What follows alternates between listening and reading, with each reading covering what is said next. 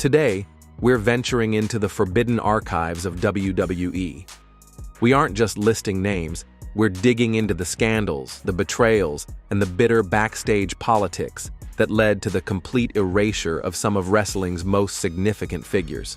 These are the stories WWE doesn't want you to know. This is the truth behind the superstars the company would never recognize. The unforgivable sin, Chris Benoit. We have to start with the most tragic and controversial case in pro wrestling history. A story so dark, it's like a permanent eclipse over the WWE timeline. That story is the story of Chris Benoit. If you watched in the late 90s and early 2000s, Chris Benoit was arguably the most respected performer of his generation. Nicknamed the Rabid Wolverine for his unmatched intensity, he was a wrestling purist's dream. Every chop, every suplex, every diving headbutt was delivered with a brutal precision that felt more real than anything else on the show. He wasn't a showman in the traditional WWE mold. He was a fighter, a warrior whose achievements spoke for themselves. He was a former WCW World Champion, a multi-time Intercontinental Champion, and a King of the Ring winner. His entire career felt like an uphill climb, a testament to the idea that pure, raw talent could overcome a lack of flashy charisma or towering size. That climb reached its peak on the grandest stage of them all, WrestleMania 20 in 2004. In the main event, in the middle of Madison Square Garden, Chris Benoit made both Triple H and Shawn Michaels tap out to win the World Heavyweight Championship.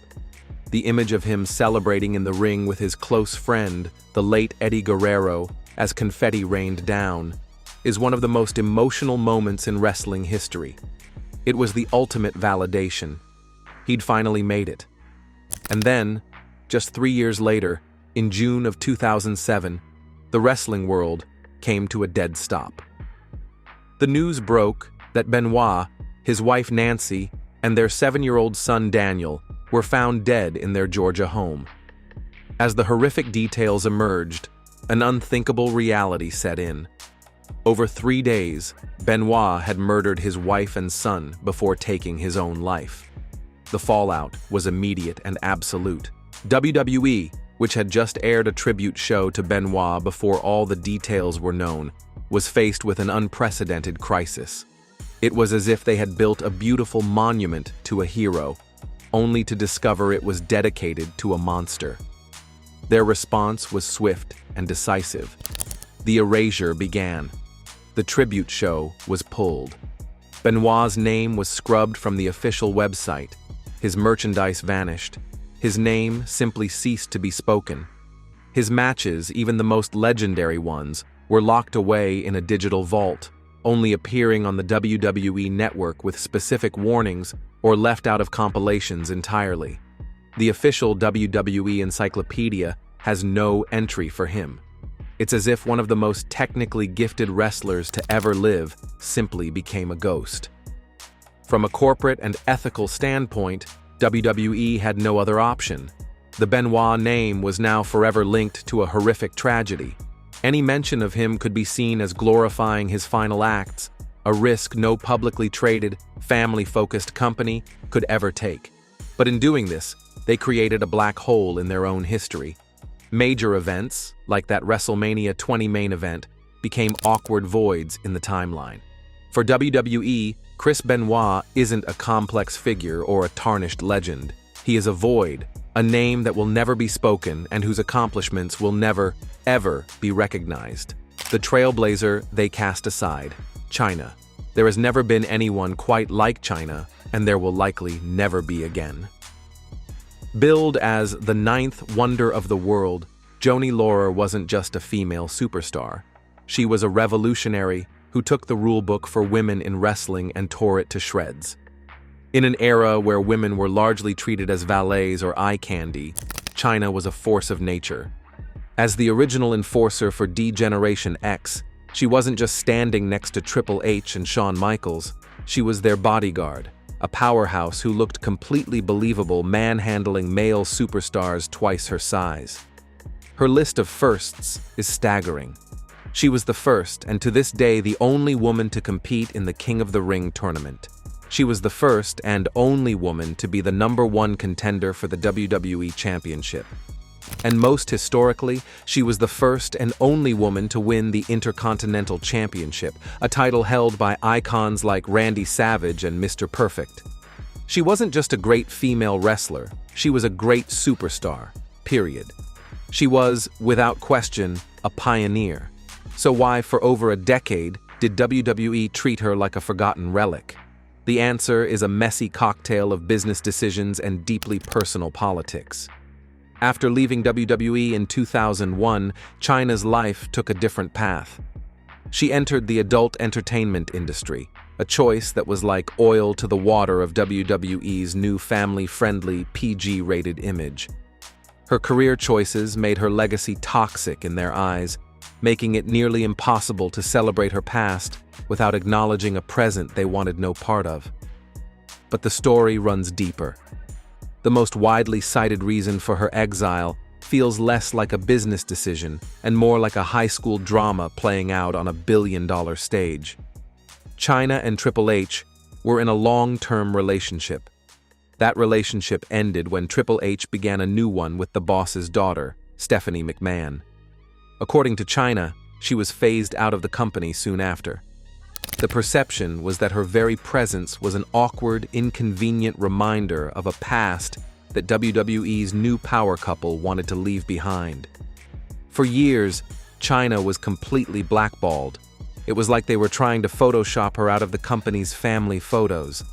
Her incredible achievements were ignored. She was glaringly absent from DX reunions.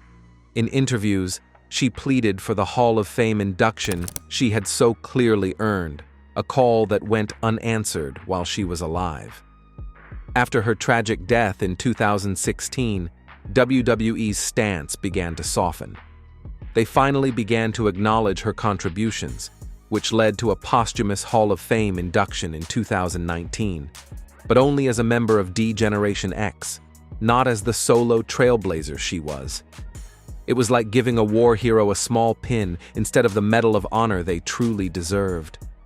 For over a decade, Chyna was erased, not for a crime, but because her life made her inconvenient to the company's image and its top executives. The man who questioned the machine, Ryback. Not all erasures come from tragedy or scandal. Some are born from a simple yet explosive idea, questioning the system. And no one challenged the fundamental wiring of the WWE machine quite like the man they called Ryback. When the big guy exploded onto the scene, he was a force of pure destruction. With a physique that looked like it was chiseled from granite and a simple, primal catchphrase, "Feed me more." Ryback was a throwback to the larger-than-life titans of the 80s. He was a human wrecking ball, mowing down opponent after opponent, and seemed destined to be the next monster champion to carry the company. But the man behind the monster, Ryan Reeves, had a mind of his own. In 2016, he didn't just quit. He went online and posted a public manifesto explaining exactly why he was leaving. It wasn't just about his creative direction, it was about something far more sacred to the company: money.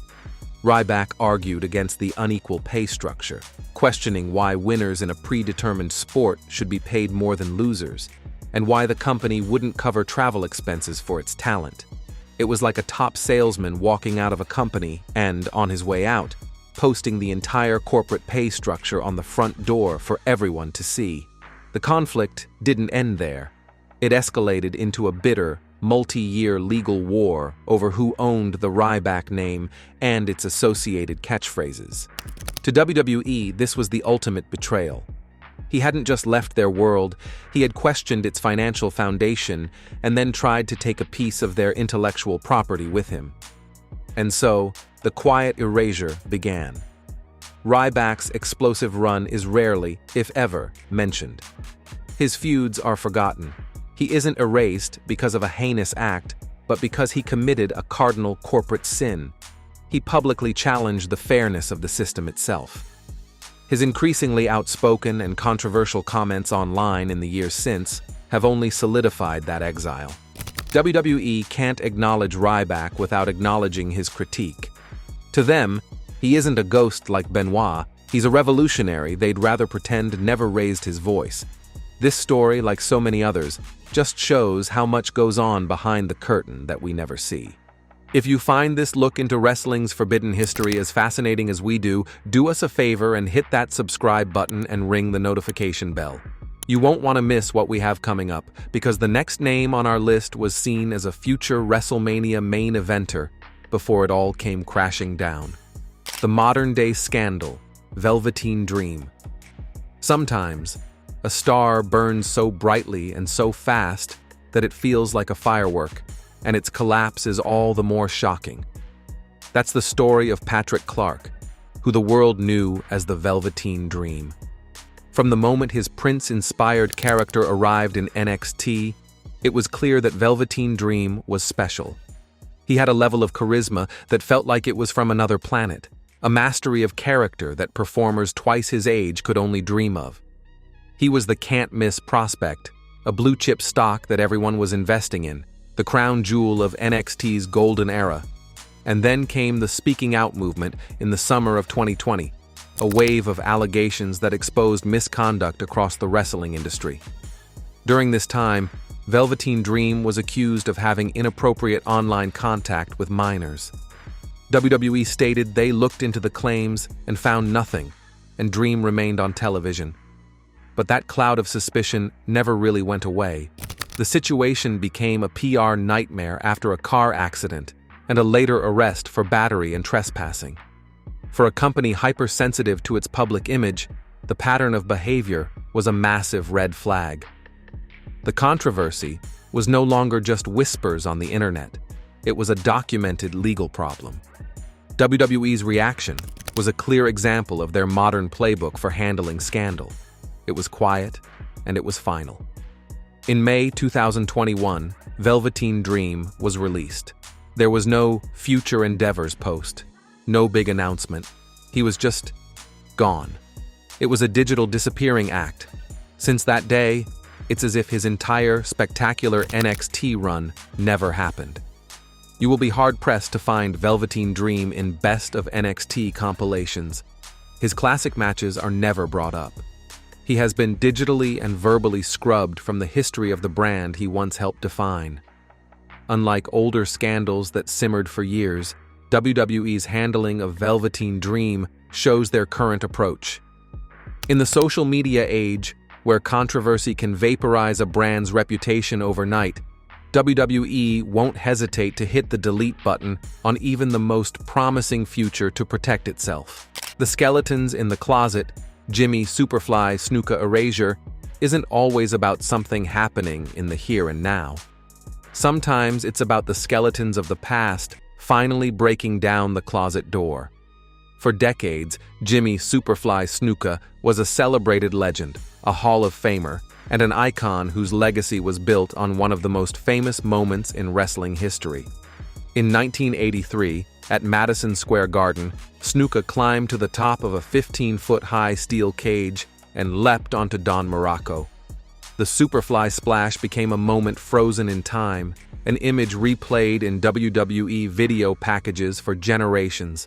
Snuka was a key player in the 1980s wrestling boom, a primal, high-flying force. He was inducted into the WWE Hall of Fame in 1996 and was treated like wrestling royalty for years. But through his entire career, a dark cloud lingered. In May of 1983, just months after his famous splash, Snuka's then-girlfriend, Nancy Argentino, was found dead in their motel room from head trauma. Snuka was the only person of interest, but no charges were ever filed. For 30 years, the case went cold, becoming a dark rumor whispered among wrestling insiders. That all changed in 2014, when a newspaper investigation brought new attention to the case. A grand jury was convened, and in September 2015, the unthinkable happened. Jimmy Snuka, then 72 years old, was arrested and charged with third-degree murder and involuntary manslaughter. The moment the charges were official, the rumor became a headline, and WWE's hand was forced. Their reaction was like an emergency cleanup crew arriving at a toxic spill. Snuka's Hall of Fame profile was removed from WWE.com. His Legends contract was terminated. All his merchandise was pulled. Even his daughter, superstar Tamina, had the Snuka surname quietly dropped from her name for a time. Snuka was ultimately found mentally incompetent to stand trial, and the charges were dismissed shortly before his death in 2017. But the damage was done. For WWE, the man who gave them one of their most replayed moments now represented an unacceptable risk. His erasure is a stark reminder that even the most celebrated legends aren't safe when the skeletons of the past come back to haunt them. The sin of succeeding elsewhere. Matt Cardona, aka Zack Ryder. The final kind of erasure is perhaps the most petty, but it's also the most revealing about WWE's corporate mindset. It isn't about crime or scandal. It's about control. It's what happens when a wrestler leaves WWE and commits the ultimate sin. They become a bigger star without the WWE machine. No one embodies this more than Matt Cardona, formerly known as Zack Ryder. For years in WWE, Zack Ryder was the ultimate underdog. He was the Long Island Iced Z, a character who was never supposed to get over. But in 2011, he did something revolutionary. He used YouTube to build a grassroots movement from scratch. The "We Want Ryder" chants became so loud that WWE had no choice but to listen, rewarding him with a United States Championship. And then, just as quickly, the rug was pulled out from under him. He was sent back to the bottom of the card for the better part of a decade, a loyal company guy until he was released in 2020. This is where the story usually ends for most. But for Matt Cardona, it was just the beginning. Instead of fading away, he reinvented himself on the independent circuit. He became the Indie God, an arrogant heel who became one of the most talked about acts in all of wrestling, all without WWE. This isn't a malicious erasure like the others. They might still show his WrestleMania feel-good moment. But WWE will not acknowledge the Matt Cardona that exists today. It's like graduating from an Ivy League school, only to become a world-famous artist through skills you taught yourself. The school might keep your graduation picture, but they'll never feature you in their alumni magazine because your success story wasn't written by them. Cardona's success challenges WWE's narrative that they are the center of the wrestling universe. Ignoring him is a quiet but firm statement. The only history that matters is the history that happens within our walls. So why does WWE erase these wrestlers? The reasons are as different as the superstars themselves, but they all boil down to one single principle: protecting the brand at all costs. Whether it's to distance the company from an unforgivable crime like with Chris Benoit, to sidestep a modern PR crisis like Velveteen Dream, or to cut ties with a past that's personally inconvenient like with Chyna, the goal is always the same: control the narrative. Even when there's no scandal, like with Ryback or Matt Cardona, erasure is a tool of control. It's a way to send a message that no one person is bigger than the company, and that true success can only be found and defined by WWE itself. At the end of the day, WWE is a global entertainment company. For them, history isn't just a record of what happened. It's a product they're selling, a product that can be edited, revised, and, when needed, completely recalled to protect the bottom line and the polished image they show to the world. The names we discuss today are a powerful reminder that in the world of sports entertainment, your legacy is never truly your own. It is and always will be subject to the editor's pen. Who do you think is the most unfairly erased wrestler in WWE history? Is there anyone we missed? Let us know what you think in the comments section below. And if you enjoyed this deep dive into wrestling's hidden history, make sure you hit that like button and subscribe to the channel for more stories from behind the curtain. Thanks for watching.